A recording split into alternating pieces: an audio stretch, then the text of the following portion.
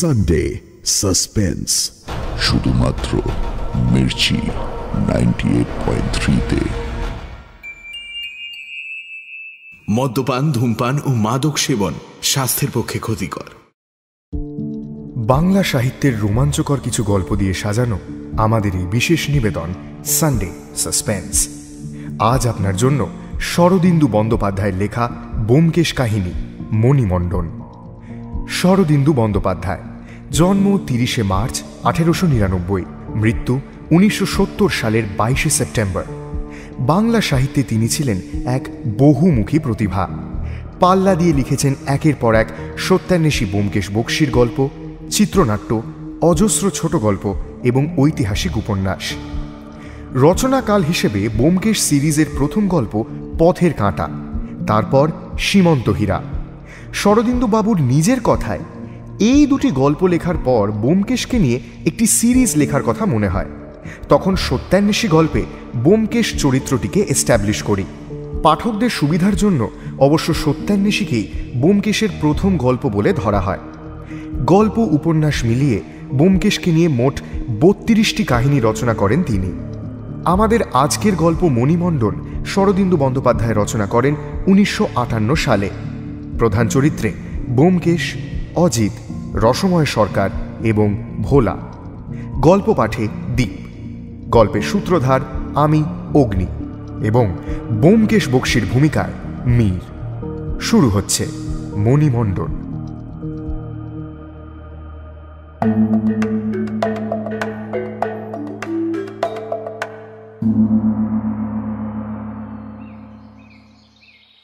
প্রসিদ্ধ মণিকার রসময় সরকারের বাড়ি থেকে একটি বহুমূল্য জড়োয়ার নেকলেস চুরি গেছে।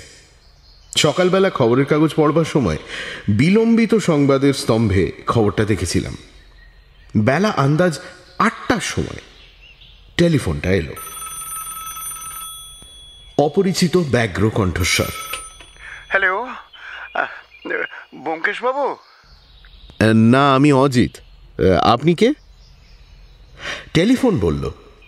হ্যাঁ, আমার নাম রসময় সরকার। ব্যোমকেশ বাবুকে একবার ডেকে দিতে পারেন? নাম শুনে বুঝতে বাকি রইল না যে চোর ধরবার জন্য ব্যোমকেশের ডাক এসেছে। বললাম, সে তো বাথরুমে গেছে, বেরোতে দেরি হবে।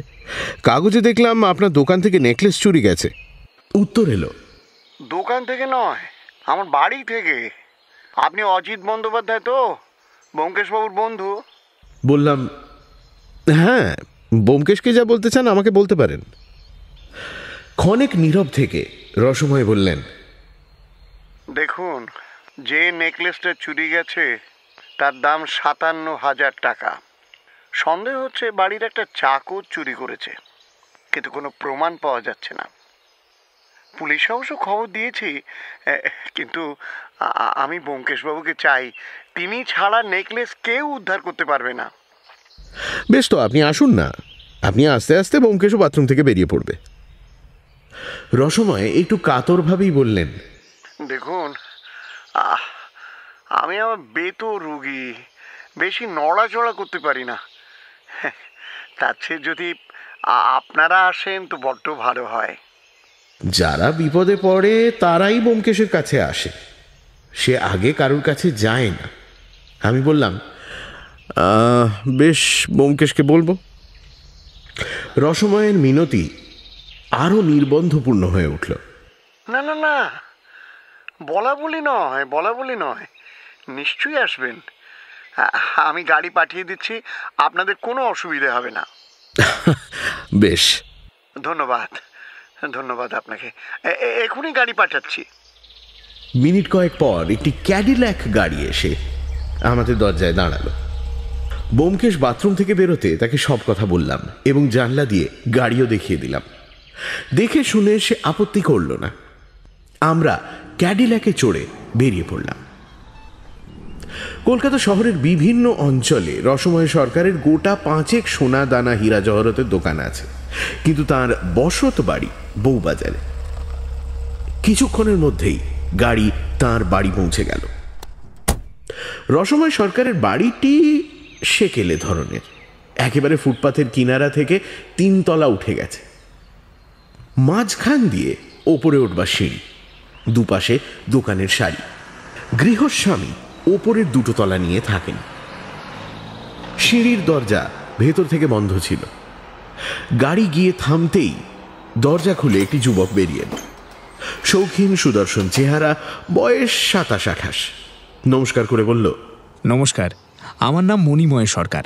বাবা ওপরে আপনাদের জন্য অপেক্ষা করছেন, আসুন আসুন। আমরা সিঁড়ি দিয়ে ওপরে উঠে গেলাম। দোতলায় রয়েছে রান্নাঘর, ভাঁড়ার ঘর, চাকরদের থাকবার জায়গা এবং তক্তপোষ পাতা একটি বসবার ঘর। আমরা দোতলা ছেড়ে 3 তলায় উঠলাম। এখানেই গৃহস্বামী সপরিবারে বাস করেন। 3 তলায় উঠলে গৃহস্বামী যে কতটা বিত্তবান তার পরিচয় পাওয়া যায়। বিলিতি তালা লাগানো ভারী দরজায় রেশমি পর্দা, মেঝে পুরু গালিচা, ড্রয়িং রুমটি দামি আসবাব দিয়ে সাজানো। গদি মোড়া সোফা সেটের মাঝখানে কাশ্মীরি কাঠের নিচু টেবিল, 2 জানলার মাঝখানে বইয়ের আলমারি, দেওয়ালে পারসিক ছবি আঁকা ট্যাপেস্ট্রি ইত্যাদি। উপস্থিত ঘরটি একটু অগোছালো। মণিময় আমাদের ঘরে নিয়ে গিয়ে বলল, বাবা, ব্যোমকেশবাবু এসেছেন। দেখলাম রসময় সরকার একটি চেয়ারে বসে ডান পাটি সামনের দিকে বাড়িয়ে রেখেছেন এবং এক বিবাহিতা যুবতী তার পায়ে সেঁক দিচ্ছে। রসময়বাবুর বয়স অনুমান 50। ভারী গড়নের শরীর, মাংসলো মুখ এখনো বেশ দৃঢ় আছে। আমাদের দেখে তিনি তাড়াতাড়ি উঠবার চেষ্টা করে আবার বসে পড়লেন। আমার ও ব্যোমকেশের দিকে পরপর তাকিয়ে হাত জোড় করে ব্যোমকেশকে বললেন, আসুন ব্যোমকেশবাবু, আমি সব দিক দিয়েই বড় কাবু হয়ে পড়েছি। আপনারা এসছেন, আমি বাঁচলাম। অজিতবাবু, আপনি বসুন। আমাদের মধ্যে কে ব্যোমকেশ তা প্রশ্ন না করেও তিনি বুঝেছেন রসময় সরকার বিষয় বুদ্ধি সম্পন্ন ব্যক্তি, তাতে সন্দেহ নেই। আমরা সোফায় পাশাপাশি বসলাম। ব্যোমকেশ বলল, পায়ে বাত ধরেছে দেখছি। বাত রোগটা মারাত্মক নয়, কিন্তু ভীষণ কষ্টদায়ক। রসময় বললেন, আর বলবেন না মশাই, এমনিতে আমার শরীর বেশ ভালোই, কিন্তু এই বাত আমাকে একেবারে পঙ্গু করে ফেলেছে। ছেলেবেলায় ফুটবল খেলতাম, ডান পায়ের বুড়ো আঙুলটা ভেঙে গিয়েছিল। এখন এমন দাঁড়িয়েছে, আকাশের এক কোণে রুমালের মতো এক টুকরো মেঘ উঠলে বুড়ো আঙুল চিড়িক মারতে থাকে। কিন্তু সে যাক। বৌমা, এদের জন্য চা নিয়ে এসো মা। বিবাহিতা যুবতী এতক্ষণ মাথা নিচু করে শ্বশুরের পায়ে সেঁক দিচ্ছিল।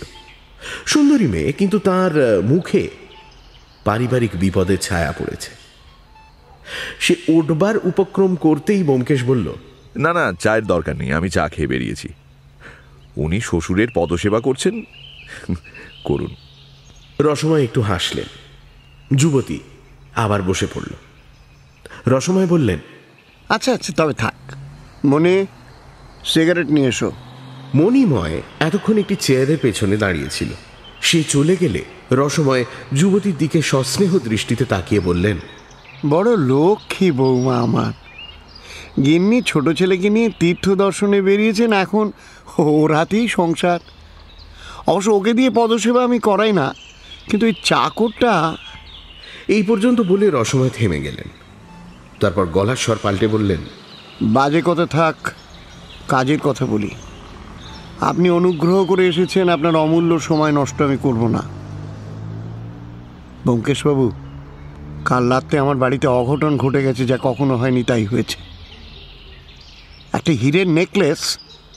আপনি সব গোড়া থেকে বলুন, সংক্ষেপ করবেন না। মনে করুন আমি কিচ্ছু জানি না, এইভাবে বলুন। মণিময় একটি দামি সিগারেটের টিনের ঢাকনা ঘুরিয়ে খুলতে খুলতে ঘরে ঢুকল। টিন আমাদের সামনে রেখে জানলার সামনে গিয়ে দাঁড়ালো। আমরা সিগারেট ধরালাম। রসময় বলতে আরম্ভ করলেন, কলকাতা শহরে আমার 5টা জুয়েলারির দোকান আছে। বড় কারবার, বছরে প্রায় 30 লক্ষ টাকার কেনা বেচা। অনেক বিশ্বাসী প্রবীণ কর্মচারী আছেন। আমার যখন শরীর ভালো থাকে আমি দেখাশোনা করি, 2 বছর থেকে মনিও যাতায়াত শুরু করেছে। কলকাতার বাইরে ভারতের সর্বত্র আমাদের কাজ কারবার আছে। বোম্বাই, মাদ্রাজ, নয়াদিল্লি, যেখানে যত বড় জহুরি সকলের সঙ্গে আমাদের লেনদেন। কখনো আমাদের কাছ থেকে তারা হিরে জহরত কেনে, কখনো বা আমরা তাদের কাছ থেকে কিনি। জহুরি ছাড়া সাধারণ খরিদ্দার তো আছেই। রাজা রাজা থেকে ছাপোষা, গৃহস্থ সবই আমাদের খদ্দের। মাসখানেক আগে দিল্লি থেকে রামদাস চোকসি নামে একজন বড় জহুরি আমার কাছে এলো। রাজস্থানের কোন রাজবাড়িতে মেয়ের বিয়ে 10 লাখ টাকার গয়নার ফরমাশ পেয়েছে, কিন্তু সব গয়না সে নিজে গড়তে পারবে না, আমাকে দিয়ে একটা হীরের নেকলেস গড়িয়ে নিতে চায়। ডিজাইন দেখে হিরে বাছাই করে দাম কষা হলো 57,000 টাকা। 1 মাসের মধ্যে গয়না গড়ে দিল্লিতে রামদাসের কাছে পৌঁছে দিতে হবে। গয়না তৈরি হলো। আমার ইচ্ছে ছিল আমি নিজেই গিয়ে গয়নাটা দিল্লিতে পৌঁছে দিয়ে আসবো, কিন্তু হলো কি জানেন, গত মঙ্গলবার থেকে আমার বাতের ব্যথাটা চাগার দিল। কি উপায়? অত দামি গয়না কর্মচারীদের হাতে পাঠাতে সাহস হয় না। শেষ পর্যন্ত ঠিক হলো মণিময়ে যাবে আমার বদলে। আজ ওর যাবার কথা। আমি তো একদিন বাড়ি থেকে বেরোতেই পারিনি। মণি তো কাজকর্ম দেখছে। নেকলেসটা তৈরি হওয়ার পর বড় দোকানের সিন্ধুকে রাখা ছিল। কাল বিকেলবেলা মণি সেটা বাড়িতে নিয়ে এলো। এখন আমার বাড়ির কথা বলি। আমার স্ত্রী ছোট ছেলে হিরণময়কে নিয়ে তীর্থ করতে বেরিয়েছেন, অর্থাৎ দাক্ষিণাত্য বেড়াতে গেছেন। বাড়িতে খালি আছি আমি, মণিময় আর বৌমা। দোতলায় থাকে 2 জন চাকর, বামুন, ড্রাইভার আর আমার খাস চাকর ভোলা। এই কজন নিয়ে বর্তমানে আমার সংসার। কাল বিকেলে মণি যখন নেকলেস নিয়ে বাড়ি এলো, আমি তখন এই চেয়ারে বসেছিলাম। আমার খাস চাকর ভোলা পায়ে মালিশ করে দিচ্ছিল। মণি নেকলেসের কেস আমার হাতে দিয়ে বলল, এই নাও বাবা। আমি ভোলাকে ছুটি দিলাম, সে চলে গেল। তখন আমি কেস খুলে গয়নাটা পরীক্ষা করলাম। সব ঠিক আছে, কোথাও কোনো অসুবিধে নেই। তারপর বৌমাকে ডেকে বললাম, বৌমা কাপড় দিয়ে এটাকে বেশ ভালো করে সেলাই করে দাও তো। বৌমা 1 টুকরো কাপড় এনে এখানে বসে বসে ছুঁচ সুতো দিয়ে সেলাই করে দিলেন। ব্যোমকেশ এতক্ষণ মন দিয়ে শুনছিল। এইবার মুখ তুলে বলল, মাফ করবেন, গয়নার বাক্সটা আকারে আয়তনে কত বড়? রসময় একটু দ্বিধা করে এদিক ওদিক তাকিয়ে তারপর বললেন, কত বড়? মোটেই বড় নয়। এই ধরুন। পিতা ইতস্তত করছেন দেখে মণিময় বইয়ের শেলফ থেকে একটি বই এনে ব্যোমকেশের হাতে দিয়ে বলল, এই সাইজের বাক্স? রসময় বললেন, হ্যাঁ, ঠিক ওই সাইজের। অবশ্য বাক্সটা কুমিরের চামড়া, তার ভেতরে মকমলের খাঁজ কাটা ঘর। বইখানা 16 পেজি ক্রাউন সাইজের, পাতার সংখ্যা আন্দাজ 300। ব্যোমকেশ বইখানা মণিময়কে ফিরিয়ে দিয়ে বলল, বুঝেছি, বলুন। রসময় আবার বলতে আরম্ভ করলেন। তারপর মণি চা খেয়ে ক্লাবে চলে গেল। আমি গয়নার কেসটা হাতে করে আবার অফিস ঘরে গেলাম। পাশেই আমার অফিস ঘর। বাড়িতে বসে কাজকর্ম করার দরকার হলে ওখানে বসেই আমি করি। একটা সেক্রেটারিয়েট টেবিল আছে, তার দেরাজে দরকারি কাগজপত্র থাকে। আমি গয়নার কেস দেরাজে রেখে দিলাম। বাড়িতে একটা লোহার সিন্দুক আছে বটে, কিন্তু গিন্নি তো তার চাবি নিয়ে চলে গিয়েছেন। আমার অন্যায় হয়েছিল, অত বেশি দামি জিনিস খোলা দেরাজে রাখা আমার উচিত হয়নি। কিন্তু আমার বাড়ির যেরকম ব্যবস্থা, তাতে তো আশঙ্কার কোনো কারণ নেই। চাকর বাকর দোতলায় থাকে, ডেকে না পাঠালে ওপরে আসে না, অন্য লোকেরও যাতায়াত নেই। তাই এখান থেকে গয়না চুরি যেতে পারে এই সম্ভাবনা মনেই আসেনি আমার মশাই। রাত্রে আন্দাজ 9টার সময় আমি তো খাওয়া দাওয়া সেরে নিলাম। আমাদের খাওয়ার ব্যবস্থা অবশ্য দোতলায়, কিন্তু এই বাতের ব্যথাটা হয়ে অবধি বৌমা ওপরেই আমার খাবার এনে দেন। খাওয়া সেরে আমি একটা বই নিয়ে বসলাম, বৌমাও খেয়ে নিলেন। মনির ক্লাব থেকে ফিরতে ফিরতে প্রায় দেরি হয়, তাই তার খাবার বৌমার শোবার ঘরে ঢাকা দিয়ে রাখলেন। 10টার সময় আমি ভোলাকে ডাকবার জন্য ঘন্টি বাজালাম, তারপর শুতে গেলাম। আমার ভেতর শরীর শোবার পর হাত পা টিপে না দিলে ঘুম আসে না। ভোলাই রোজ টিপে দেয়, তারপর আমি ঘুমিয়ে পড়লে চলে যায়। ভোলা খুব কাজের চাকর, বছর দেড়েক আমার কাছে আছে। জুতো বুরুশ করা, কাপড় জামা গিলে করে দেয়া, 5 ফরমাস খাটা, হাত পা টেপা, সব কাজই ও করে। কাল বৌমা সদর দোর খুলে দিলেন, ভোলা এসে আমার হাত পা টিপে দিতে লাগলো। আমি ক্রমে ঘুমিয়ে পড়লাম। তারপর সে যে কখন চলে গেছে আমি জানতে পারিনি। হঠাৎ ঘুম ভাঙল মনির ডাকে। ও আমার বিছানার উপর ঝুঁকে ডাকছে, বাবা, বাবা উঠুন, বাবা সর্বনাশ হয়ে গেছে, বাবা উঠুন। আমি ধর্মড়ি উঠে বসলাম। কিরে, নেকলেসটা কোথায় রেখেছেন? কেন? টেবিলের দেরাজে। কই, সেখানে তো নেই। আমি ছুটে গিয়ে দেরাজ করলাম, নেকলেসের বাক্স নেই। সব দেরাজ হাঁটকালাম, কোথাও নেই। মনের অবস্থা বুঝতে পারছেন ব্যোমকেশবাবু? মনিকে জিজ্ঞেস করলাম, তুই এত রাত্রে কি করে জানলি? সে বলল, ব্যোমকেশ হাত তুলে রসময়কে বারণ করল। মণিময়ের দিকে তাকিয়ে প্রশ্ন করল, রাত তখন কটা? মণিময় অত্যন্ত সংকুচিত হয়ে বলল, প্রায় 12টা। না, 12টা বাজতে 5 মিনিট কি 10 মিনিট হবে। রাত 12টার সময় কোনো কারণে আপনার সন্দেহ হয়েছিল যে নেকলেস চুরি গেছে। কি করে সন্দেহ হলো সেইটা বলুন। মণিময় যেন আরও সংকুচিত হয়ে পড়ল। পিতার প্রতি একটি গুপ্ত কটাক্ষপাত করে গলাটা একটু নামিয়ে সে বলতে আরম্ভ করল, আসলে ব্যোমকেশবাবু, কাল আমার ক্লাব থেকে ফিরতে একটু বেশি দেরি হয়ে গেছিল। মানে ক্লাবে ওই ব্রিজ ড্রাইভ চলছে। আমি কোথায় ক্লাব? মানে নাম কি? ক্লাবের নাম খেলাধুলো। খুব কাছেই, আমাদের বাড়ি থেকে 5 মিনিটের রাস্তা। সব রকম ঘরোয়া খেলার ব্যবস্থা আছে, তাস, পাশা, পিং পং, বিলিয়ার্ডস। কাল ব্রিজ ড্রাইভ শেষ হতে হতে রাত হয়ে গেল। তারপর আপনি হেঁটে ক্লাবে যান? আগে হ্যাঁ, খুব কাছে, তাই হেঁটেই যাই। কাল যখন ক্লাব থেকে বেরোলাম তখন 11:15। রাত নিশুতি। আমাদের বাড়ির সদর দরজার ঠিক সামনে একটা ল্যাম্প পোস্ট আছে। আমি যখন বাড়ির প্রায় 30-40 গজের মধ্যে চলে এসেছি তখন দেখলাম আশেপাশে দোকান সব বন্ধ হয়ে গেছে, কিন্তু একটা লোক ঠিক আমাদের দোরের সামনে দাঁড়িয়ে আছে। লোকটা বোধ হয় আমার পায়ের শব্দ শুনতে পেয়েছিল, ঘাড় ফিরিয়ে তাকালো, তারপর চট করে বাড়িতে ঢুকে পড়ল। দূর থেকে দেখে মনে হলো ভোলা চাকর। কাছে এসে দেখলাম দরজা ভেজানো রয়েছে। অন্যদিন আমি 10টা সাড়ে 10টার মধ্যে বাড়ি ফিরি, কিন্তু সদর দরজা তার আগেই বন্ধ হয়ে যায়। আজ খোলা রয়েছে। আমার খটকা লাগলো। সদর দরজায় হুড়কো লাগিয়ে আমি ওপরে উঠে গেলাম। দোতলায় চাকররা ঘুমোচ্ছে, কারুর সাড়া শব্দ নেই। 3 তলায় উঠতেই স্ত্রী এসে দরজা খুলে দিলেন। আপনি বোধহয় লক্ষ্য করেছেন 3 তলার দরজায় বিলিতি গা তালা লাগানো। ভেতর থেকে বন্ধ করে দিলে বিনা চাবিতে বাইরে থেকে খোলা যায় না। আমার স্ত্রীকে বললাম যে বাড়ির সামনে একটা লোক দাঁড়িয়েছিল। উনি বললেন উনিও দেখেছেন। উনিও দেখেছেন? ব্যোমকেশ যুবতীর পানে তাকালো। সে লজ্জা পেল, তার মুখ লাল হয়ে উঠল। রসময় তাকে উৎসাহ দিয়ে বলল, লজ্জা কি বৌমা? যা দেখেছো ব্যোমকেশকে বলো। যুবতী তখন লজ্জা স্তিমিত কণ্ঠে থেমে থেমে বলল, কাল রাত্রিরে আমি ওর ক্লাব থেকে ফিরতে দেরি হচ্ছিল, আমি জানলার কাছে দাঁড়িয়েছিলুম।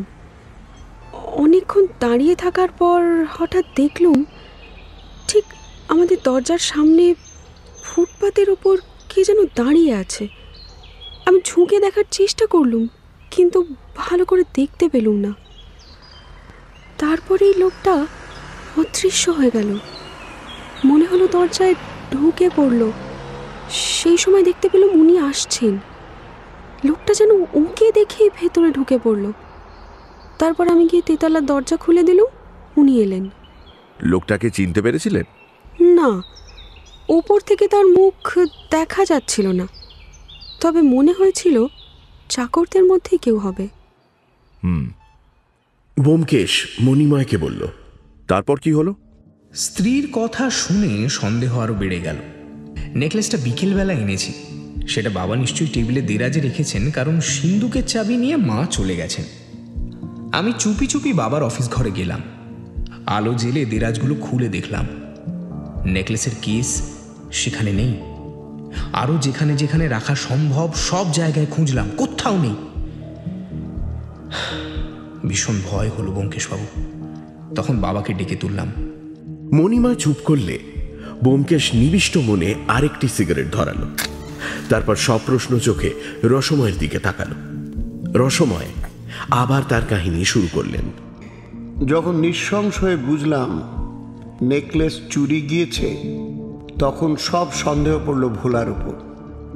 ভেবে দেখুন, আমার তেতলার সদর দরজায় ইয়ের লক লাগানো। ভেতর থেকে বাইরে যাওয়া সহজ, কিন্তু বাইরে থেকে ভেতরে আসা সহজ নয়। রাত্রি 10টার পর চাকরদের মধ্যে একমাত্র ভোলাই ভেতরে ছিল। আমি ঘুমিয়ে পড়েছিলাম। ভোলা কখন উঠে গেছে আমি জানি না। হয়তো সে 12:15টার সময় উঠে গেছে। দেরাজ থেকে নেকলেস নিয়ে চুপি চুপি বেরিয়ে সিঁড়ি দিয়ে নিচে নেমে গেছে। নিচে হয়তো তার স্বরের লোক ছিল। ব্যোমকেশ মণিমাকে জিজ্ঞেস করল, আপনি একটা লোকই দেখেছিলেন? হ্যাঁ, দ্বিতীয় জনপ্রাণী সেখানে ছিল না। ব্যোমকেশ এবার যুবতীর দিকে ফিরে বলল, আর আপনি? আমিও একজনকেই দেখেছিলাম। আমি সারাক্ষণ নিচের দিকেই তাকিয়েছিলাম। আর কেউ থাকলে নিশ্চয়ই দেখতে পেতাম। ব্যোমকেশ কিছুক্ষণ সিগারেট টানল। শেষে রসময়কে বলল, তারপর আপনি কি করলেন? রসময় বললেন, তখন 12টা বেজে গেছে। বাপ বেটায় পরামর্শ করে থানায় টেলিফোন করলাম। মণি নিচে নেমে গিয়ে সদর দরজার কাছে দাঁড়িয়ে রইল, যাতে বাড়ি থেকে কেউ বেরোতে না পারে। থানার বড় দারোগা অমরেশবাবুর সঙ্গে আমার পরিচয় আছে, বিশিষ্ট ভদ্রলোক। ভাগ্যক্রমে তিনি থানায় উপস্থিত ছিলেন। ফোন পেয়ে তক্ষুনি 3-4 জন লোক নিয়ে এসে পড়লেন। প্রথমে তো দোতলার ঘরগুলো খানা তল্লাশ হলো। চাকরেরা সকলেই ঘুমোচ্ছিল, ভোলাও ছিল। পুলিশ তন্ন তন্ন করে তল্লাশ করলো, কিন্তু নেকলেস পাওয়া গেল না। অমরেশবাবু তখন তেতলায় খানা তল্লাশ করলেন। বলা যায় না, হয়তো চোর নেকলেস চুরি করে এখানেই কোথাও লুকিয়ে রেখেছে, পরে তাক বুঝে সরাবে। কিন্তু এখানেও নেকলেস পাওয়া গেল না। অমরেশবাবু তারপর ভোলাকে জেরা আরম্ভ করলেন। ভোলা স্বীকার করলো সে নিচে নেমে গিয়েছিল। সে বলল, আন্দাজ 11টার সময় আমি ঘুমিয়ে পড়েছি দেখে সে দোতলায় নেমে যায়। অন্য চাকররা তখন ঘুমিয়ে পড়েছিল। ভোলাও শুয়ে পড়লো, কিন্তু তার ঘুম এলো না। তখন সে খোলা হাওয়ার খোঁজে নিচে গিয়ে ফুটপাতে দাঁড়ালো।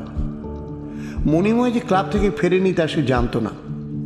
সে ফুটপাতে গিয়ে দাঁড়াবার সঙ্গে সঙ্গে দেখতে পেল মণি আসছে। তখন সে তাড়াতাড়ি ফিরে এসে আবার শুয়ে পড়লো, কারণ রাত্রিরে চাকর বাকরের বাইরে যাওয়ার কড়া বারণ আছে। এটা তার ভয়ান। নেকলেসের কথা সে জানে না। অমরেশবাবুর জেরায় আরও জানা গেল, ভোলার 2 ভাই কলকাতায় থাকে, মেছুয়া বাজারে তাদের বাসা। ভাইদের সঙ্গে ভোলার বিশেষ দহরম মহরম নেই, তবে মাঝে মাঝে কাজ না থাকলে তাদের বাসায় দেখা করতে যায় সে। অমরেশবাবু যতক্ষণ ভোলাকে সওয়াল জবাব করছিলেন, ততক্ষণ তার সঙ্গীরা রাস্তার দুপাশে তল্লাশ করছিল। আনাজ কানাজ, ডাস্টবিন সব খুঁজে দেখছিল। মণিও তাদের সঙ্গে ছিল, কিন্তু কিচ্ছু পাওয়া গেল না। এইসব ব্যাপারে ভোর হয়ে গেল। অমরেশবাবু দোতলায় একজন লোক রেখে চলে গেলেন। ভোলাকে বলে গেলেন, এ বাড়ি থেকে বেরোবার চেষ্টা করলেই তাকে গ্রেপ্তার করা হবে। তারপর জানেন, যত বেলা বাড়তে লাগলো না, তত আমার মন একবারে অস্থির হয়ে উঠতে লাগলো। অমরেশবাবু কাজের লোক, চেষ্টা ত্রুটি করবেন না, কিন্তু আমি তো আর স্থির থাকতে পারছিলাম না। ব্যোমকেশবাবু, আপনাকে ফোন করলাম। আপনি আমার নেকলেস উদ্ধার করে দিন।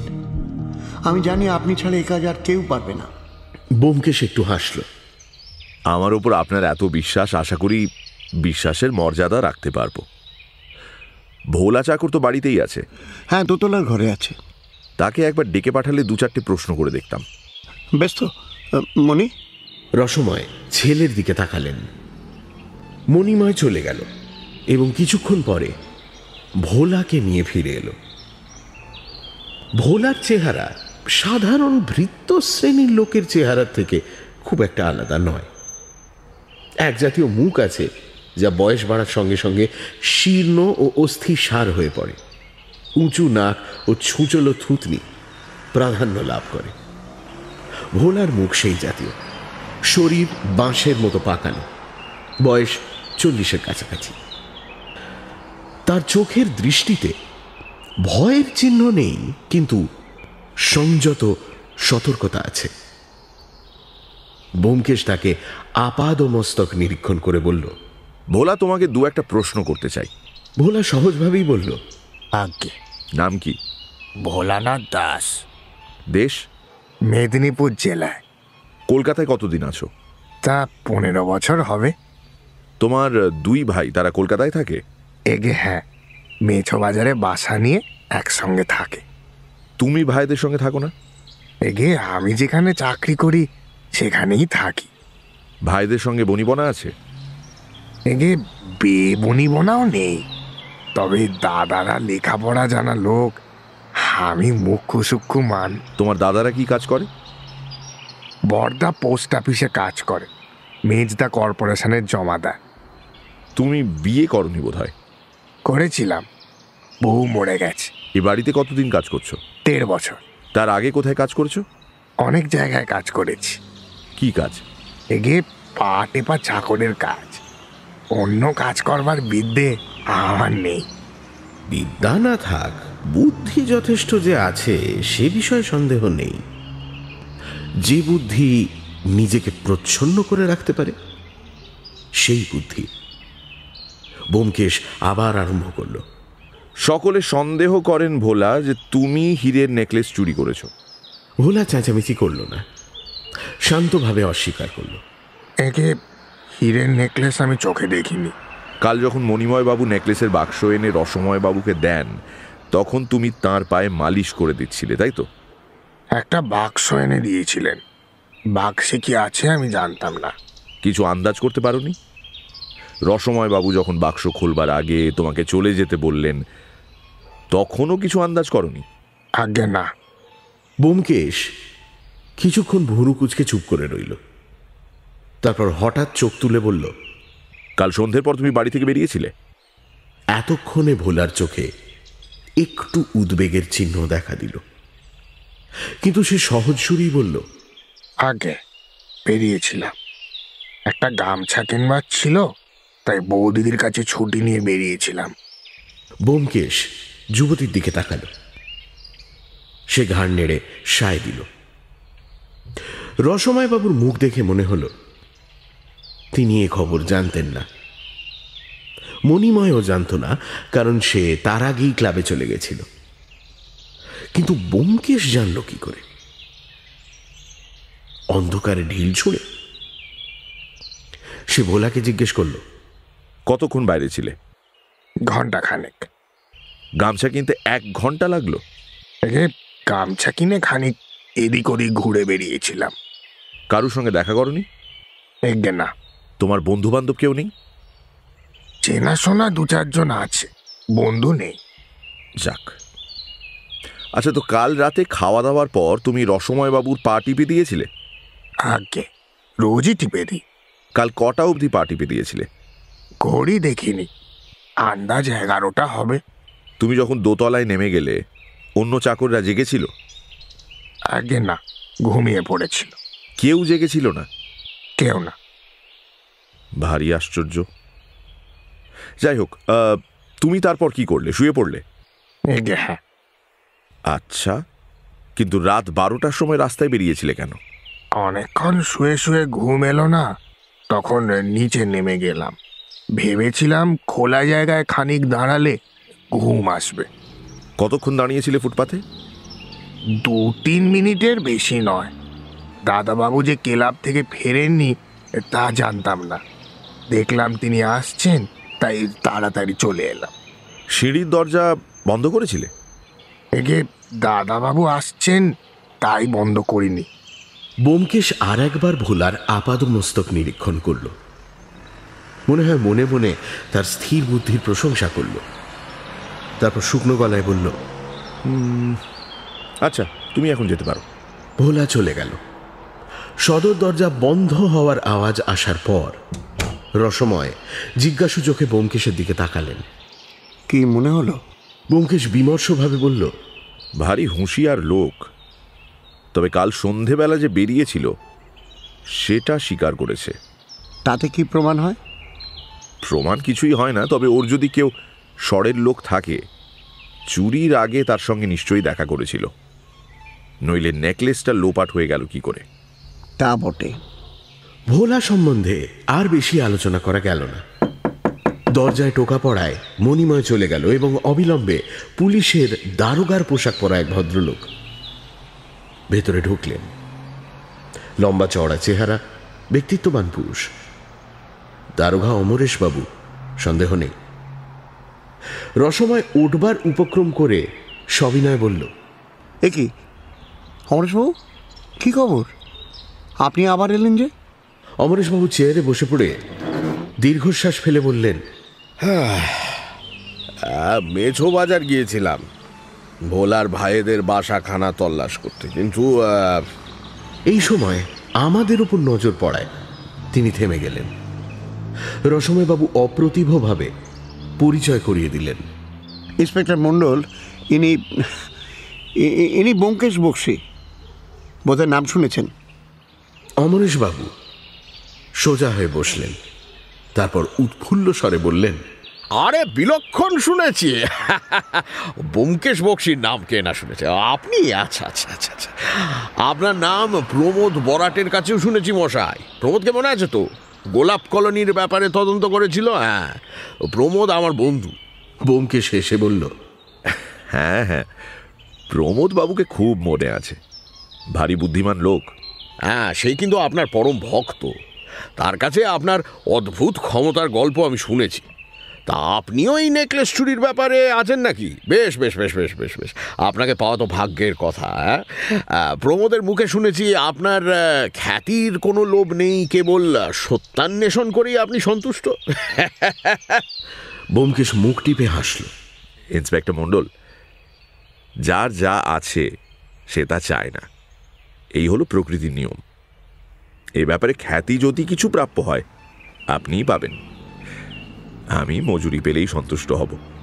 রসময়বাবু গাঢ় স্বরে বললেন, ব্যোমকেশবাবু, মজুরি বলবেন না, সম্মান দক্ষিণা বলুন। যদি আমার নেকলেস ফিরে পাই, আপনার সম্মান রাখতে আমি ত্রুটি করব না। সে যাক। ব্যোমকেশ অমরেশবাবুর দিকে ফিরল। আপনি ভোলার ভাইদের বাসা সার্চ করেছেন, কিন্তু কিছু পেয়েছেন কি? অমরেশবাবু বললেন, কিচ্ছু পেলাম না। ওর ভাইরা কাজে বেরিয়েছিল, 2 বউ ঘরে ছিল, কিন্তু আতিপাতি করে খুঁজেও কিচ্ছু পাওয়া গেল না। ব্যোমকেশ কিছুক্ষণ তার দিকে তাকিয়ে রইল, তারপর বলল, তাহলে আপনার সন্দেহ ভোলা তার ভাইদের সঙ্গে সর করে এই কাজটা করেছে? ভাইদের বদলে অন্য কেউও হতে পারে, কিন্তু স্বরের লোক আছে, নইলে নেকলেসটা লোপাট হয়ে গেল কি করে? মণিময় বাবু এবং তার স্ত্রী কিন্তু অন্য লোক দেখেননি। ওরা যখন ভোলাকে দেখেছেন তার আগেই হয়তো স্বরের লোক মাল নিয়ে সরে পড়েছে। মণিময় বাবুর স্ত্রী অনেকক্ষণ ধরে জানলায় দাঁড়িয়ে রাস্তার দিকে তাকিয়েছিলেন। স্বরের লোক এলে উনি তাকে দেখতে পেতেন নাকি? দুজনেই কিছুক্ষণ পরস্পরের দিকে তাকিয়ে রইল। তারপর অমরেশবাবু দ্বিধা ভরে প্রশ্ন করলেন, আচ্ছা, আপনার কি মনে হয় ভোলার কাজ নয়? এখন কিছু মনে হচ্ছে না। তত্ত্ব তলাশ যা করবার সবই আপনি করেছেন, কিছুই বাকি রাখেননি। এখন শুধু ভেবে দেখতে হবে। সে উঠে দাঁড়ালো। এখন উঠি, যদি ভেবে কিছু পাওয়া যায় আপনাদের জানাবো। বাড়ি ফিরে ব্যোমকেশকে জিজ্ঞেস করলাম, আচ্ছা তোমার সন্দেহটা কার ওপর? ব্যোমকেশ পাঞ্জাবি খুলতে খুলতে বলল, 3 জনের ওপর। চমকে উঠে বললাম, 3 জন? 3 জন কারা? ভোলা, মণিময় এবং মণিময়ের স্ত্রী। বলে ব্যোমকেশ স্নান করতে চলে গেল। আমি বসে বসে ভাবতে লাগলাম, সুযোগের দিক দিয়ে 3 জনকেই সন্দেহ করা যায় বটে। রসময়ের দেরাজ থেকে নেকলেস সরানো 3 জনের পক্ষেই সম্ভব। বড় মানুষের ছেলেদের সবসময় টাকার দরকার, মণিময় ক্লাবে গিয়ে তাস পাশা খেলে, নিশ্চয়ই বাজি রেখেই খেলে। হয়তো অনেক টাকা দেনা হয়েছে, ভয়ে বাপের কাছে কিছু বলতে পারছে না। আর মণিময়ের স্ত্রী, মেয়েটিকে দেখতে শান্তশিষ্ট, কিন্তু তার মুখে উদ্বেগের ভাবটা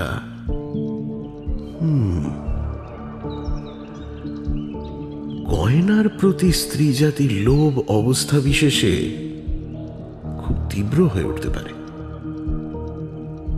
কিন্তু যেই চুরি করুক, চোরাই মাল বেমালুম সরিয়ে ফেলল কি করে? সেদিন দুপুরবেলা ব্যোমকেশ আরামকে দাঁড়ায় লম্বা হয়ে সারাক্ষণ কড়িকাঠের দিকে তাকিয়ে রইল, কথাবার্তা বিশেষ বলল না। বিকেলে চা খাওয়ার সময় হঠাৎ বলে উঠল, চলো একবার ঘুরে আসা যাক। মানে কোথায় ঘুরবে? রসময় বাবুর বাড়ির সামনে ফুটপাতে। জায়গাটা ভালো করে দেখা হয়নি তখন। পায়ে হেঁটে আমাদের বাসা থেকে রসময় বাবুর বাড়ির সামনে ফুটপাতে পৌঁছতে 20 মিনিট লাগলো। কাছাকাছি গিয়ে ব্যোমকেশ এদিক ওদিক তাকাতে লাগলো। বাড়ির দরজার দুপাশে দোকানগুলো খোলা রয়েছে। একটি হোমিওপ্যাথি ওষুধের দোকান, একটি ঘড়ির দোকান, দুটি বস্ত্রালয়। সব দোকানেই খরিদ্দারের যাতায়াত। ফুটপাথে পথচারীর ভিড়। রসময়ের বাড়ির 3 তলায় গোটা চারেক জানলা। তারই একটি থেকে মণিময়ের স্ত্রী পথের দিকে তাকিয়ে রয়েছেন।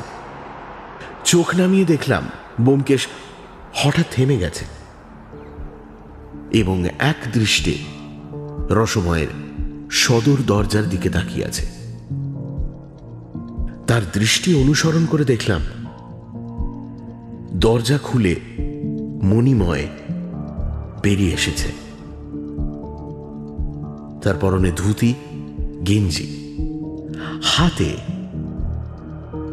খামে ভরা একটি চিঠি।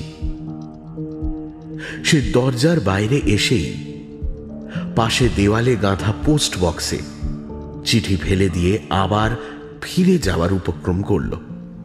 এই যে মণিময় বাবু, কাকে চিঠি লিখলেন? ব্যোমকেশের কণ্ঠস্বরে মণিময় চমকে উঠল। আমাদের দেখে সবিনয় বলল, আরে এ কি, আপনারা কিছু খবর আছে নাকি? ব্যোমকেশ বলল, আমার খবর পরে দেব, আপনি কাকে চিঠি লিখলেন? মণিময় একটু বিষণ্ণ গলায় বলল, মাকে খবরটা দিলাম, তাড়াতাড়ি ফিরে আসতে লিখলাম।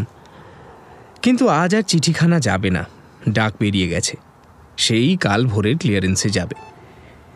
যাকে, কিন্তু আপনি নিশ্চয়ই কিছু ভালো খবর পেয়েছেন, বলুন না, সত্যি বলুন না। ব্যোমকেশ বলল, বাড়ি থেকে যখন বেরিয়েছিলাম তখনও কিছু খবর পাইনি, কিন্তু এখন পেয়েছি। কি খবর? নেকলেসের সন্ধান পেয়েছেন? পেয়েছি, সব কথা পরে বলবো। এখন আমাকে একটা জরুরি কাজে যেতে হবে মণিময় বাবু। একবারটি ওপরে আসবেন না? আসলে বাবা আপনার কাছ থেকে খবর পাওয়ার জন্য একেবারে অস্থির হয়ে রয়েছেন।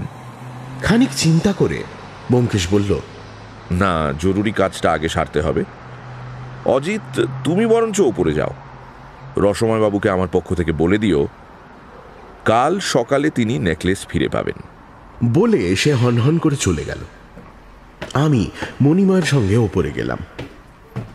রসময়বাবু বিলক্ষণ হতাশ হয়ে পড়েছিলেন, কিন্তু ব্যোমকেশের কথাবার্তা শোনার পর বারবার উদ্বেগ ভরে আমাকে জিজ্ঞেস করতে লাগলেন, সত্যি পাবো তো? ঠিক পাবো? বলুন না অজিত বাবু, ঠিক পাবো তো? আমি বললাম, ব্যোমকেশ কখনো কাউকে মিথ্যে আশ্বাস দিয়েছে এরকম কিন্তু আমি শুনিনি।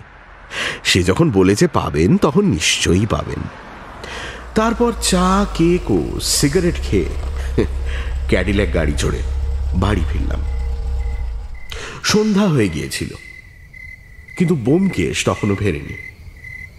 আরো ঘন্টাখানেক পরে সে ফিরল। জিজ্ঞেস করলাম, কি হে, গিয়েছিলে কোথায়? থানায়। দারোগা অমরেশ বাবুর সঙ্গে দরকার ছিল। তার সঙ্গে আবার তোমার কি দরকার? ভীষণ দরকার। তুমি তাড়াতাড়ি খেয়ে শুয়ে পড়ো, কাল সকাল সকাল উঠতে হবে। আমার কৌতূহল চরিতার্থ করবার ইচ্ছে তার নেই দেখে আমি উঠে পড়লাম। খেতে বসার সময় সত্যবতী আমার মুখ লক্ষ্য করে বলল, কি হলো, মুখ গোমরা কেন?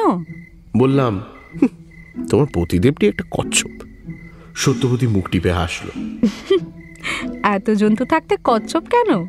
কারণ কচ্ছপ কথা বলে না। ব্যাপার বুঝে সত্যবতীর মুখ সহানুভূতিপূর্ণ হয়ে উঠল। সে বলল, সত্যি বাপু, কি রাগ যে হয়। আচ্ছা, আমাদের না হয় বুদ্ধি একটু কম, তাই বলে কৌতূহল তো কম নয়। তাড়াতাড়ি খাওয়া সেরে শুয়ে পড়লাম। ঘুম ভাঙল একেবারে শেষ রাত্রে। ব্যোমকেশ ঠেলা দিয়ে আমায় ঘুম থেকে তুলে বলল, অজিত, অজিত, ওঠো ওঠো, এক্ষুনি বেরোতে হবে, ওঠো। চা তৈরি ছিল। তাড়াতাড়ি গলান্তকরণ করে ব্যোমকেশের সঙ্গে বেরিয়ে গেলাম। রাস্তার আলো তখনও নেভেনি। কোথায় চলেছি তাও জানি না। কিছু দূর অগ্রসর হওয়ার পর বুঝলাম রসময় বাবুর বাড়ির দিকেই যাচ্ছি। জিজ্ঞেস করলাম, এরম শেষ রাত্রে রসময় বাবুর সঙ্গে তোমার কি দরকার? রসময় বাবুর সঙ্গে দরকার নেই। তাহলে কি এরকম রাত্রির বেলা বেরোবার কি দরকার ছিল? ছিল, জানোই তো, ওস্তাদের মার শেষ রাতে। ও আচ্ছা, মানে তুমি সোজা কথা বলবে না, শুধু হেয়ালি করবে। ব্যোমকেশ মুচকি হেসে বলল, রসময়বাবুর বাড়ির দেয়ালে যে ডাকবাক্স আছে তার প্রথম ক্লিয়ারেন্সের সময় হচ্ছে 5টা। আজ যখন ডাকবাক্স খোলা হবে তখন সেখানে আমি উপস্থিত থাকতে চাই। মাথার মধ্যে দপদপ করে কয়েকটা বাতি জ্বলে উঠল, কিন্তু অন্ধকার পুরোপুরি দূর হলো না।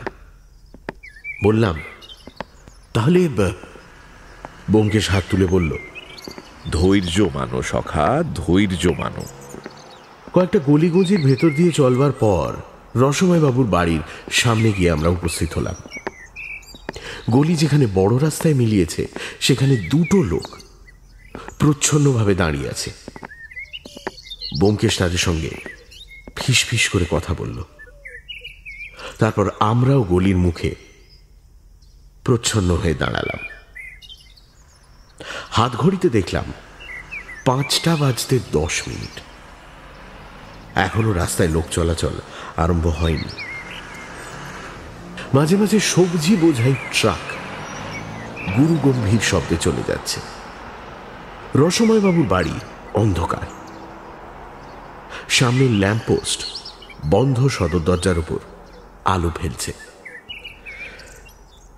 দরজার পাশে দেয়ালে গাঁথা ডাক বাক্সের লাল রং অসংখ্য ইস্তেহারে চাপা পড়ে গেছে। ওটা যে ডাক বাক্স সেটা সহজে বোঝাই যায় না। একটি একটি করে মিনিট কাটতে লাগলো। ঘড়ির টিকটিক শব্দ যেন আমি নিজের বুকের মধ্যে শুনতে পাচ্ছি। 5টা বাজল। আমার শরীরের সমস্ত স্নায়ু পেশি শক্ত হয়ে উঠল। লোকটা কখন যেন নিঃশব্দে ডাকবাক্সের সামনে এসে দাঁড়িয়েছে, যেন ভৌতিক আবির্ভাব। গায়ে খাঁকি পোশাক, কাঁধে দুটো বড় বড় ঝোলা। ঝোলা দুটো ফুটপাথে নামিয়ে সে পকেট থেকে চাবির গোছা বার করল। তারপর ডাকবাক্সের তালা খুলতে লাগলো। ব্যোমকেশ হাত নেড়ে ইশারা করল। আমরা শিকারীর মতো ধীরে ধীরে এগিয়ে গেলাম। গলির ও প্রান্ত থেকে দেখলাম আরো দুজোড়া লোক আমাদেরই মতো নিঃশব্দে ডাকবাক্সের দিকে অগ্রসর হচ্ছে। নিঃসন্দেহে পুলিশের লোক, কিন্তু গায়ে ইউনিফর্ম নেই। লোকটা ডাকবাক্সের দরজা খুলতেই আমরা গিয়ে তাকে ঘিরে ধরলাম। সে ভয়ে ভয়ে ঘাড় ফিরিয়ে আমাদের 8 জনকে দেখে হঠাৎ করে ডাকবাক্সের খোলা দরজা বন্ধ করে পিঠ দিয়ে ডাকবাক্স আড়াল করে আমাদের দিকে তাকিয়ে বলল, কি চাই? ব্যোমকেশ কড়া সুরে বলল, তোমার নাম ভূতনাথ দাস, তুমি ভোলার বড় ভাই। ভূতনাথ দাসের মুখখানা ভয়ে শীর্ণ বিকৃত হয়ে গেল। চোখ দুটো যেন ঠিকরে বেরিয়ে আসছে। সে থরথর করে কাঁপতে কাঁপতে বলল, অমরেশ বাবু হুঙ্কার দিয়ে বললেন, আমরা পুলিশ। অমরেশবাবু যে দলের মধ্যে আছেন সেটা এই প্রথম আমি লক্ষ্য করলাম। তিনি সামনে এসে দৃঢ়ভাবে ভূতনাথের কাঁধে হাত রাখলেন। অনুভব করলাম একটু নাটকীয় ভঙ্গিতে ভূতনাথকে যেন ভয় পাইয়ে দেওয়ার চেষ্টা হচ্ছে, এবং সে চেষ্টা ফলপ্রসূ হল। ভূতনাথ একেবারে দিশেহারা হয়ে গেল। হঠাৎ উগ্র তারস্বরে কেঁদে উঠল,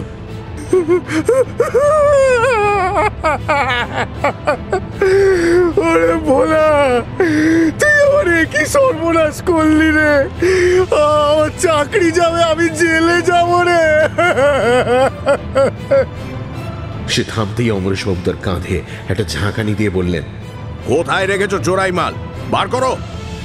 ভূতনাথ অমরেশবাবুর পায়ের ওপর উপুড় হয়ে পড়ে বলল, হুজুর হুজুর, ও পাপ জিনিস আমি ছুঁইনি হুজুর, ডাক বাক্সর মধ্যেই আছে, ডাক বাক্স। কিছুক্ষণের জন্য আমি স্তব্ধ হয়ে রইলাম। পরশু মাঝরাত থেকে আজ সকাল পর্যন্ত নেকলেস রসময় বাবুর বাড়ির দেওয়ালে গাঁথা ডাক বাক্সের মধ্যে ছিল। অমরেশবাবু বললেন, বার করো। ভূতনাথ উঠে ডাক বাক্সের দিকে ফিরল। ডাক বাক্সে অনেক চিঠি জমা হয়েছিল। তার হাত ঢুকিয়ে বাক্সের পেছন দিকের কোণ থেকে একটি পার্সেল বার করে আনতে সময় লাগলো। সাদা কাপড়ে সেলাই করা ব্রাউন 16 পেজি বইয়ের মতো আকার আয়তন। ভূতনাথ সেটা অমরেশবাবুর হাতে দিয়ে কাতর স্বরে বলল, এই নিন বাবু, ধর্ম জানে এর ভেতরে কি আছে। আমি চোখে দেখিনি হুজুর, আমি দেখিনি। এই সময় রসময়ের সদর দরজা খুলে গেল। লাঠিতে ভর দিয়ে রসময় বাবু এবং তার পেছনে মণিময় ও মণিময়ের স্ত্রী বাইরে বেরিয়ে এলেন। সকলের সদ্য ঘুম ভাঙা চোখে সবিস্ময় উদ্বেগ। রসময় বললেন, অমরেশ বাবু, ব্যোমকেশ বাবু, কি হয়েছে বলুন না, আমার নেকলেস। ব্যোমকেশ অমরেশবাবুর হাত থেকে প্যাকেটটা নিয়ে রসময়ের হাতে দিল। এই নিন আপনার নেকলেস, খুলে দেখুন। বেলা আন্দাজ 9:30টার সময় আমরা দুজনে আমাদের বসবার ঘরের চৌকির ওপর মুখোমুখি বসেছিলাম। সত্যবতীকে আর এক প্রস্ত চায়ের ফরমাশ দেওয়া হয়েছে। নেকলেস পর্বের রহস্যোদ্ঘাটন চলছে। ব্যোমকেশ বলল, অনর্থক হয়রানি। ডাক বাক্সটা দোরের পাশেই আছে, এটা যদি প্রথমে নজরে পড়তো তাহলে 5 মিনিটের মধ্যে সব নিষ্পত্তি হয়ে যেত। কলকাতা শহরের দেয়ালে গাঁথা অসংখ্য ডাক বাক্স আছে, কিন্তু হঠাৎ চোখে পড়ে না। ডাক বাক্সের রাঙা গায়ে ইস্তাহারের কাগজ জুড়ে তাকে প্রায় অদৃশ্য করে তুলেছে। যারা জানে তাদের কোনো অসুবিধে নেই, কিন্তু যারা জানে না তাদের পক্ষে খুঁজে বার করাটা মুশকিল। প্রথম যখন নেকলেস চুরির বয়ান শুনলাম তখন 3 জনের ওপর সন্দেহ হলো, ভোলা, মণিময়বাবু এবং মণিময়বাবুর স্ত্রী। এদের মধ্যে কোনো একজন চোর, কিংবা এমনও হতে পারে যে এই 3 জনের মধ্যে 2 জন শর করে চুরি করেছে। মণিময় এবং ভোলার মধ্যে শর থাকতে পারে, আবার স্বামী স্ত্রীর মধ্যে শর থাকতে পারে। একমাত্র ভোলা এবং মণিময়ের স্ত্রীর মধ্যে সাজস থাকার সম্ভাবনাটা বাদ দেওয়া যায়। কিন্তু চুরি যেই করুক, চোরাই মাল গেল কোথায়? চুরি জানাজানি হবার 1 ঘন্টার মধ্যে পুলিশ এসে বাড়ির দোতলা তেতলা খানাতল্লাশ করেছিল, কিন্তু বাড়িতে মাল পাওয়া গেল না। একমাত্র ভোলাই দুপুর রাতে রাস্তায় নেমেছিল, কিন্তু সে বাড়ির সামনেই দাঁড়িয়েছিল, দূরে কোথাও যায়নি। অন্য কোনো লোকের সঙ্গে তার দেখাও হয়নি। ভোলা যদি চুরি করে থাকে তবে সে নেকলেস নিয়ে করলোটা কি? মণিময় এবং তার স্ত্রীর সম্বন্ধে ওই একই প্রশ্ন। তারা গয়নাটা কোথায় লুকিয়ে রাখল? 3 জনের ওপর সন্দেহ হলেও প্রধান সন্দেহভাজন ব্যক্তি অবশ্যই ভোলা। মণিময় যখন নেকলেস এনে বাবাকে দিল তখন সে সেখানে উপস্থিত ছিল।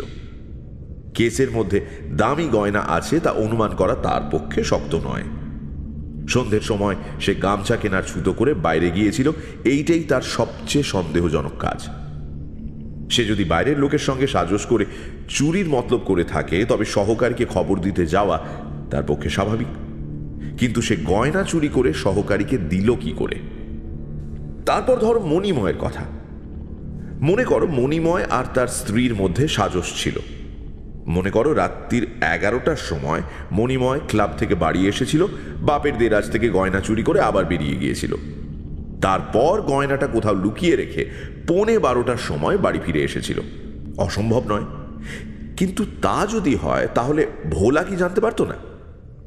আর জানতে পারলে সে কি চুপ করে থাকতো? এই সময় সত্যবতী চা নিয়ে প্রবেশ করলো এবং আমাদের সামনে পেয়ালা রেখে হাসি হাসি মুখে বলল, এই যে কচ্ছপের মুখে বুলি ফুটেছে দেখছি। ব্যোমকেশ কটমট করে তাকিয়ে রইল, কিন্তু সত্যবতী তার রসদৃষ্টি সম্পূর্ণভাবে অগ্রাহ্য করে বলল, বলছো বলো, এখন আমার হাত জোড়া, পরে কিন্তু আবার বলতে হবে। বলে সে চলে গেল। আমরা কিছুক্ষণ নীরবে বসে চা পান করলাম। কচ্ছপের উপমাটা ব্যোমকেশের যে একেবারেই পছন্দ হয়নি তা বুঝতে বিশেষ অসুবিধা হচ্ছে না। মনে আমোদ অনুভব করলাম। এবার থেকে সুযোগ পেলেই তাকে কচ্ছপ বলবো। যাই হোক, কিছুক্ষণ পরে সে আবার বলতে আরম্ভ করলো, মণিময় আর বউয়ের ওপর যে সন্দেহ হয়েছিল সেটা স্রেফ সুযোগের কথা ভেবে। মোটিভের কথা তখনও ভাবিনি। মণিময়ের মোটা টাকার দরকার হতে পারে, তার বউয়ের গয়নার প্রতি লোভ থাকতে পারে, কিন্তু ওদের পারিবারিক জীবন যতটা দেখলাম তাতে চুরি করার দরকার আছে বলে মনে হয় না। রসময় বাবু স্নেহময় পিতা, স্নেহময় শ্বশুর, ছেলে এবং পুত্রবধূকে তাঁর অদেও কিছুই নেই। যা চাইলেই পাওয়া যায় তা কেউ চুরি করে না। ভোলার কথা কিন্তু সম্পূর্ণ আলাদা। সুযোগ এবং মোটিভ দুই তার পুরো মাত্রায় আছে। লোকটা ভারী ধূর্ত আর স্থির বুদ্ধি। হয়তো চাকরিতে ঢুকে অবধি সে চুরির মতলব আঁটছিল এবং মনে মনে প্ল্যান ঠিক করে রেখেছিল। কাল বিকেলবেলা মস্ত দাও মারবার সুযোগ জুটে গেল। বাড়িতে দামি গয়না এসেছে, কিন্তু গিন্নি সিন্ধুকের চাবি নিয়ে তীর্থ করতে চলে গেছেন। ভোলার সাজস ছিল তার বড় ভাই ভূতনাথের সঙ্গে। ভেবে দেখো কেমন যোগাযোগ। ভূতনাথ পোস্ট অফিসে কাজ করে। তার কাজ হচ্ছে রাস্তার ধারের ডাকবাক্স থেকে চিঠি নিয়ে ঝোলায় ভরে পোস্ট অফিসে পৌঁছে দেওয়া। হালফিল বউবাজার এলাকায় তার কাজ। সকাল বিকেল দুপুরে 3 বার এসে সে ডাকবাক্স পরিষ্কার করে নিয়ে চলে যায়। ভোলা গামছা কেনার ছুতো করে ভূতনাথের কাছে গেল। তাকে বলে এলো সকালবেলা ডাক পরিষ্কার করতে গিয়ে সে ওই ডাক বাক্সটার মধ্যে একটা প্যাকেট পাবে, সেটা যেন সে নিয়ে না যায়, ডাক বাক্সতেই রেখে দেয়। তারপর পুলিশের হাঙ্গামা কেটে যাওয়ার পর সেটা বাড়ি নিয়ে যাবে। সাধারণ ডাক বাক্সে প্যাকেট কেউ ফেলে না, তাই প্যাকেট চিনতে কোনো কষ্ট নেই। বিশেষত এই প্যাকেটে সম্ভবত ঠিকানা লেখা থাকবে না। ভূতনাথ লোকটা ভালো মানুষ গোছের, কিন্তু সে লোভে পড়ে গেল। লোভে পাপ, পাপে মৃত্যু। চাকরি তো যাবেই, সম্ভবত শ্রীঘরবাসও হবে। কাল বিকেল পর্যন্ত আমি অন্ধকারে হাতাড়াচ্ছিলাম। তারপর যেই দেখলাম মণিময় ডাকবাক্সে চিঠি ফেলছে, অমনি সব পরিষ্কার হয়ে গেল। ভোলা বলেছিল তার এক ভাই পোস্ট অফিসে চাকরি করে। কে চোর, কি চুরি করেছে, চোরাই মাল কোথায় আছে, কিছু অজানা রইল না। ভোলা সিঁড়ি দিয়ে নেমে টুক করে প্যাকেটটা ডাকবাক্সে ফেলে আবার উপরে উঠে গিয়েছিল। হয়তো দরজার সামনে মিনিট খানেক দাঁড়িয়েছিল হাঁপ নেবার জন্য। মণিময় যে ক্লাব থেকে ফেরেনি এবং মণিময়ের বউ যে জানলায় দাঁড়িয়ে স্বামীর পথ চেয়ে আছে তা সে জানত না। আমি যখন ব্যাপারটা বুঝতে পারলাম তখন শটান অমরেশ বাবুর কাছে চলে গেলাম। ভোলার দাদা ভূতনাথ কি কাজ করে পোস্ট অফিসে খবর নিয়ে জানা গেল। তখন বাকি রইল শুধু আসামিদের ফাঁদ পেতে ধরা এবং স্বীকারোক্তি আদায় করা। দরজায় ঠকঠক শব্দ শুনে উঠে গিয়ে দরজা খুললাম। মণিময় দাঁড়িয়ে আছে, হাসি মুখে বলল, সুপ্রভাত, বাবা পাঠিয়েছেন। ব্যোমকেশ ভেতর থেকে বলল, আরে আসুন মণিময় বাবু। মণিময় ভেতরে এসে বসল। পকেট থেকে একটা ছোট্ট নীল মখমলের কৌটো নিয়ে ব্যোমকেশের সামনে রাখল। বাবা এইটা আপনার জন্য পাঠালেন।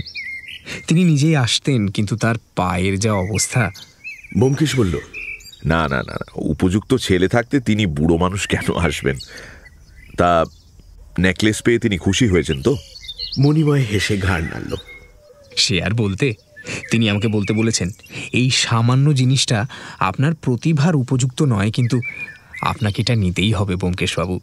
কি সামান্য? শুনছিলেন ব্যোমকেশ কাহিনী মণিমণ্ডল, রচনা শরদিন্দু বন্দ্যোপাধ্যায়, ব্যোমকেশ বক্সির চরিত্রে মীর, গল্প পাঠে অজিত এবং দারোগা অমরেশবাবুর ভূমিকায় দীপ, রসময় সরকার জগন্নাথ বসু, মণিময় সরকার সমক, সত্যবতী শ্রী, মণিময়ের স্ত্রীর চরিত্রে গোধূলি, ধ্বনি পরিকল্পনা ও আবহ সঙ্গীত সৌম্য এবং শুভ, ভোলা ভূতনাথ দাস, গল্পের সূত্রধার, শব্দগ্রহণ এবং পরিচালক আমি অগ্নি, বিশেষ উপদেষ্টা দীপ। 98.3 মির্চির তরফ থেকে আন্তরিক ধন্যবাদ শ্রীমতী সানন্দা চক্রবর্তীকে এই উদ্যোগে আমাদের পাশে থাকার জন্য। শেষ হল শরদিন্দু বন্দ্যোপাধ্যায়ের লেখা ব্যোমকেশ কাহিনী মণিমণ্ডল। আগামী সপ্তাহে আরও একটি রোমাঞ্চকর গল্প নিয়ে হাজির হবে সানডে সাসপেন্স।